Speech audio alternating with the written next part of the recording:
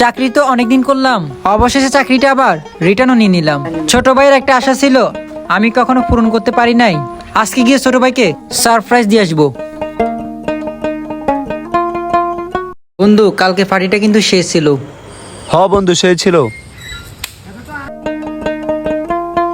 আসসালামু আলাইকুম বড় ভাই।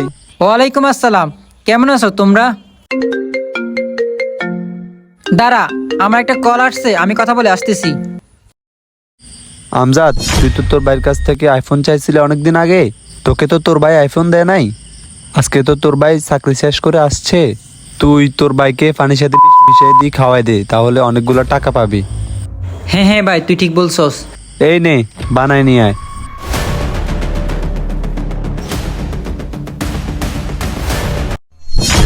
নিয়ে আসছি।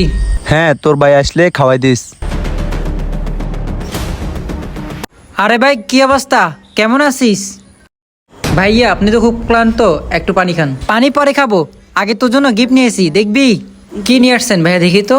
তোর না অনেক দিনের শখ একটা আইফোন, এই দেখ তোর জন্য আইফোন নিয়ে আইছি। দে ভাই, পানিটা খাই, গলা শুকাই গেছে। সত্যি ভাইয়া, আমার জন্য নিয়ে আসছেন?